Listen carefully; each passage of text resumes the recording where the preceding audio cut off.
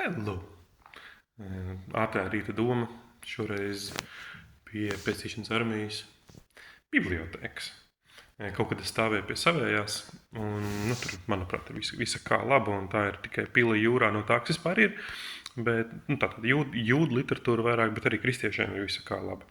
Te nesen ar sievu, es ieteicu tā kā sievai, domāju, varbūt jāpalas kopā, ir tāda mērķtiecīga dzīve Riks Vorens. Saula sen atpakaļ, kad iznāca, tad viņa bija ļoti populāra. Tad jau tika lasīta, bet tagad domāju, varbūt kopā var lasīt. Tā kā, bet te viss kaut kas arī kristiešiem ir iespēja, iepriekš, kad teicu par to, ka Bībeli nevajag lasīt, Bībeli vajag studēt. Ir visādi materiāli, kas tajā palīdzētu, bet šoreiz ne par to. Šoreiz liktenis. Un, piemēram, kristīgajā baznīcā jau senos laikos tur jau, vicina šķēpus un visu pārējo. Bībeles lapas puses par to ir vai nav liktenis. Ir nolemts, teiksim, mūsu glābšana ir debesīs ierakstīta, vai viņa tomēr ir no mums atkarīga. Un, visādi tādi viedokļi ir bijuši, un dažādos ceļos, dažādas konfesijas ir gājušas. Bet, protams, es skatos vairāk tādu, varbūt, jūdaismu skatījumu. Un bija interesanti, vairāk tādu novirzieni. Pirmais, ka tagad lasu tādu Toras porciju vairā. Tās ir 11. nodaļas, 11. nodaļu beigas pirmajā mūsu grāmatā. Un tur tāda caurvijās tāda stīga ar tādu vārdu, kur ir 3 burti. Es jau ar kolēģiem par šo dalījos. Tā kā cihk, chak, pieņemsim. Un aizsākas tas to, kas tā bija 17, 19, pirmā mūzes, kur tas kungs saka Ābrahāmam, tev būs savu dēlu saukt Ichak.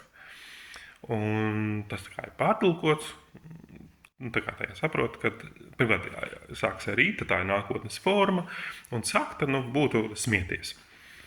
Un visi forši tur mazliet vēlāk. Tā te Sāra, Chak, 18. nodaļas, tur 12. pants. Un tad, kad viņai saka, tev būs bērns, viņa tur tā kā pasmējās, ka kā tad, vai tad tiešām. Un tā viņa vēl strīdās, ar tā kungu vajag eņģeli. Smējās viņa vai nesmējās, bet tur ir tas Chak. Un tad, viss labi, tur par smiekliem tas vārds. Bet līdz pienāk 21. nodaļas 8. pants, kad Ismails arī Chak. Tur reizēm ir kaut kāda priedēļa priekšā, bet tā sakna tur paliek. Un tur tā kā Sāra saka, tāpēc, ka viņš Chak, tad viņš nedrīkst palikt vairs šajā namā, viņu kopā ar māti jāmet ārā no mājas. Par ko Ābrahāms nav baigi priecīgs, bet viņam saka, klausa sievai. Labi, klausīs sieva izmet.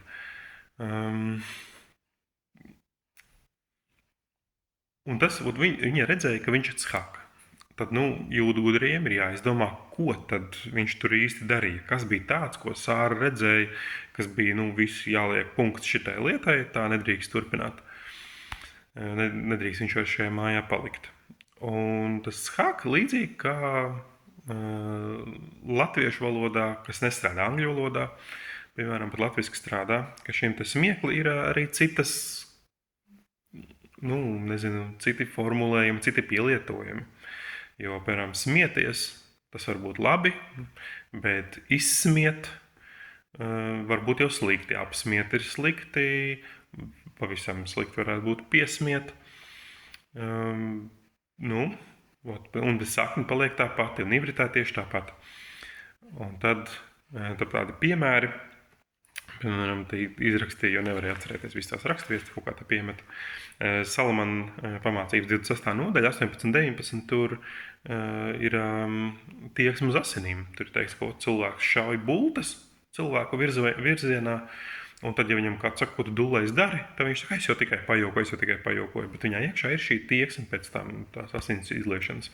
Vēl citur tur arī bija līdzīgi pielietojumi. Tad 2. Mūzes 3.2.6 teiks, Izraels ēda dzēra un tad gāja līksmoties. Visi jau ir forši, varbūt viņi tur gāja dejot, bet patiesībā tas konteksts ir, ka viņi tobrīd bija zelta teļu uzslējuši, un tad viņi gāja, ēda, dzēra, mielats beidzās un devās pielūgt šo te zelta teļu. Tā bija algadievības, arī zem tā paša Chaka. Un tad, piemēram, tāds arī Potifara nams, Ēģipte, Jāzeps, 1. Mūzes 3.9.17. Potifara sieva mēģina pavedināt Jāzepu, viņai nekas nesanāk, un tad viņa uztaisa lielu skandālu, un vīram saka, reku, tu te ievedi mūsu namā šito te vērgu ebreju, un tāpēc, lai viņš mani te piesmietu, tā kā gribēja mani te izmantot seksuāli. Un tā jau ir tā kā izvērtība, bet ar to pašu Chaka apakšā sakne. Un tad dažādi lieli ebreju gudrie ir nonākuši pie dažādiem secinājumiem, ko no šiem trim, piemēram, darīja Ismails. Tad varbūt vienkārši tomēr tikai smējās, bet varbūt kaut kādas no šiem trakajām lietām. Bet Ismails varbūt man netik ļoti. Tagad gan viņš ir aktuāls ar visiem pasaules notikumiem, bet vairāk man interesē tā Īzāka vārdu došana. Latviski ir Īzāks, tā ir tāda lokalizācija, latviešu lokalizācija vai angļu lokalizācija tam vārdam, bet ivritā ir Icchak. Nākotnē smiesies vai varbūt kaut kas cits. Un te man likās, vai liktenis, vai ir debesis, kur ir ierakstīts mūsu liktenis. Un te man liekas, tas ir tā, kā Icchakam iedeva to vārdu. Viņam iedeva nākotnē būs tu Chaka. Tu darīsi Chaka. Un tad mēs šim te Chaka pieliksim savus uzsvarus. Tā var būt tāda veselīgs prieks. Tas var būt asins izliešana, tā var būt elku kalpošana, tā var būt izvirtība. Un tas, kāpēc man tas vakar man likās tāds smagums bija uz sirds, kad Icchaks ir viens no Izraēla ciltstēviem. Un viņu vēsturē ir bijusi gan vardarbība vienam pret otru, piemēram, tā, kad bija dažādas ķēniņu valstis, vai pat vēlākos gados tur varbūt vairāk tāda ne tik fiziska, cik tāda morāla vardarbība ir bijusi vienam pret otru dažādu garīgo prakšu dēļ. Gan elku kalpošana tur bijusi, par to mēs rakstos varam lasīt, gan tāpat izvirtība arī viņiem ir, tas kungs viņus ir apsūdzējis arī tādā grēkā. Tāpēc tas kungs saka, tu darīsi Chaka, un tu pēc tam pats uzliec. Un viņš jau iedod. Tu vari salikt uzsvarus, un tas tev būs par prieku. Vai tu vari uzlikt citus uzsvarus, un tas būs par netik labām lietām. Un tad šajā pašā likteņa sakarā likās horoskopi. Ir, nav, pēc tādiem vajag tur skatīties, nevajag skatīties. Un kristīgajā baznīcā nereti, lai no tās tēmas vispār tiktu prom, viņi saka, tas viss ir muļķības. Un tas viss ir par apgrēcību, tas viss ir slikts, nekāda horoskopi nav, un ja kāds tur, nes sev kaut kādu horoskopa zīmīti, tad noteikti viņam jāpasaka, ka tas ir lāsts pār viņu. Izrādās, ka ebreji uz to skatās daudz vienkāršāk. Un, piemēram, tad, kad 1. Mūzes 15.5. Ābrahāmam tas kungs saka, izej no savas mājas, tā viņam apsola bērnus, un tad viņam teiks, izej no savas mājas, skaties zvaigznēs, un vai tu vari viņus saskaitīt, un tik daudz būs tev bērnu. Bet ebreji gudrie saka, tad, kad viņam saka izej, un tad ir blakus tur pieminētas zvaigznes, tad tas ir domāts izej no zvaigžņu kontroles pār tevi. Un viņi saka, tiešām zvaigznēs ir ierakstīti likteņi. Un no tā var un vajag izlausties. Viņi īsti nekomentē par pārējiem, cik tas ir viegli pārējiem, bet viņi priekš ebrejiem viņi ir nosprauduši tādu likumu. Varbūt esat dzirdējuši, filmās ir tāds mazaļtov. Parasti kāzās vai kādos lielos svētkos tur novēl. Daudzās filmās ir ebreji, īpaši Amerikā. Un tad tur saka to mazaļtov. Tad garīgi ebreji saka, eina mazaļ Israēļ.